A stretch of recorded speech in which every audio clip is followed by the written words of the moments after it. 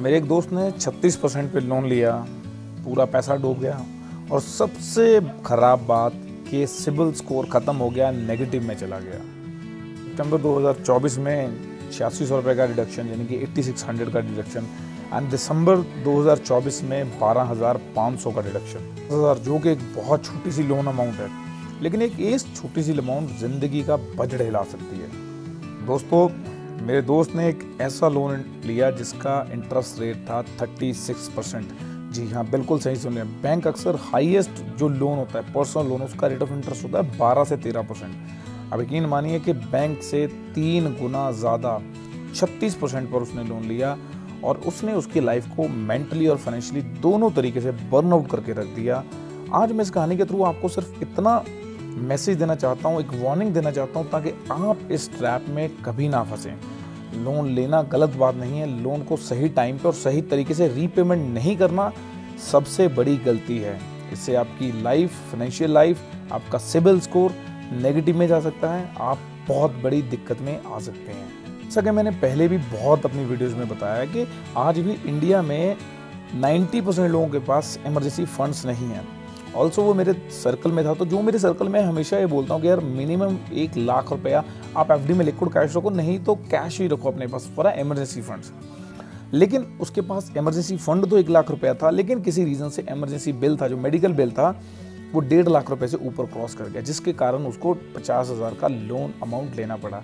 और उससे भी बड़ी गलती उसने ये की, उसने लोन क्रेडिट कार्ड पे ले लिया और जो कि 36% उसको भरना पड़ा। अब उसने 50,000 का जो क्रेडिट लोन लिया था, अब उसने बैंक को उसका 3x यानी कि 92,000 भरा। बैंक, मैंने बोला कि 12% पे लोन देती है, लेकिन क्रेडिट कार्ड पे अगर आप डिफ़ॉल्ट करते हो, पेमेंट सही टाइम पे नहीं भरते हो या मिनिमम ड्यू पे नहीं करते हो, तो आपको फाइनेंस चार्जेस या डिफ़ॉल्ट चार्जेस या पेनल्टी फीस मिला के 36% एनुअली भरना पड़ता है। और उसने 92,000 बिल भरा 50,000 के लोन पे। शायद आपको यकीन नहीं होगा, बट आप YouTube करेंगे तो और भी वीडियोस मिलेंगे आपको, या आप गूगल करेंगे तो आपको पता चलेगा कि भाई अगर आप टाइम से नहीं भरते हैं तो आपको 36% क्रेडिट कार्ड लोन पे इंटरेस्ट देना पड़ता है। बिकॉज नॉर्मल बैंक के ब्याज पे क्या होता है, अगर आपने एक पेनल्टी या EMI मिस की तो आपको कुछ पेनल्टी पड़ेगी, that's it. But credit card के केस में ऐसा नहीं होता है, आपको इंटरेस्ट के ऊपर इंटरेस्ट पड़ता चला जाता है। उसके साथ साथ पेनल्टी, लेट फीसेस, है ना, और मेंटल स्ट्रेस, ये सब चीज़ें इतनी तेज़ी से आती हैं कि बंदा डिप्रेस होना शुरू हो जाता है, उसको मेंटली प्रेशर आना शुरू हो जाता है। वो मतलब ऐसा गिल्ट, ऐसा बर्नआउट फील करता है कि वो किसी का डिस्कस भी नहीं कर सकता है, बट फाइनली उसको भरना तो पड़ेगा। जो कि मेरे दोस्त के साथ भी सेम हुआ, उसने 92,000 भरा बैंक को। बिकॉज जब तक नहीं भरेंगे आपका क्रेडिट स्कोर नहीं सुधरेगा। और कहीं भी आप जाएंगे तो बैंक, किसी भी बैंक में आप जाएँ तो बैंक आपका क्रेडिट स्कोर सबसे पहले देखती है।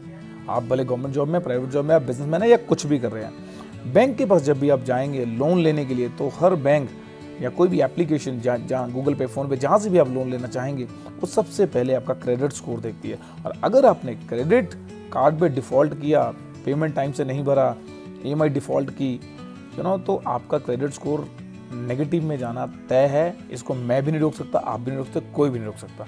सो प्लीज़ इसको टाइमली पे करिए, डोंट वरी, हम इसका सोल्यूशन भी देखेंगे।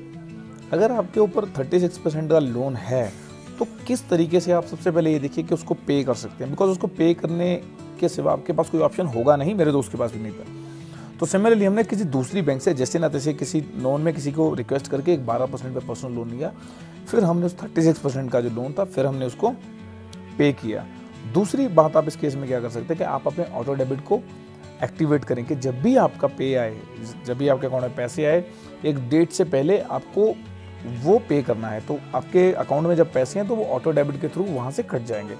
इससे आपके ऊपर फाइनेंशियली बर्डन नहीं पड़ेगा और आपकी जो प्रायोरिटीज पेमेंट है, जो सबसे पहले जानी चाहिए, वो ऑटोमेटिकली चली जाएगी और आप 36% लोन इंटरेस्ट से बच सकते हैं। और एक बात यार, बहुत बार ना लोग ये गलती करते हैं कि वो मिनिमम ड्यू पेमेंट करते हैं। सो प्लीज़ आप मिनिमम ड्यू पेमेंट मत कीजिए, फुल पेमेंट कीजिए और कोशिश करिए कि 80 या 85% से ज़्यादा, मतलब 80 से 90% से ज़्यादा आप क्रेडिट कार्ड का जो यूटिलाइजेशन है उसको ज़्यादा यूज़ ना करें। अगर 100 रुपये क्रेडिट कार्ड की लिमिट है तो आप 80 से 90 रुपये के बीच में, 90 भी मत करें, 80 से 85 रुपये आप उसका यूज़ करें, उसको फिल करें, देन अगेन यूज़ करें।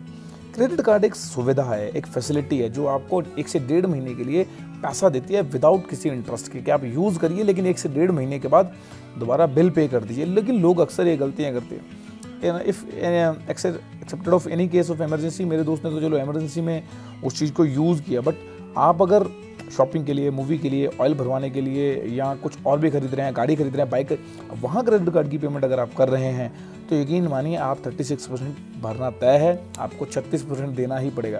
बिकॉज वो ये चीज़ें हैं जो आपकी वेरियस कॉस्ट में आती हैं, और जब जब ये वेरियस कॉस्ट के लिए क्रेडिट कार्ड का इस्तेमाल करेंगे तब आप बहुत बड़ी प्रॉब्लम में आएंगे ही आएंगे। सो प्लीज़ इस गलती को मत करिएगा।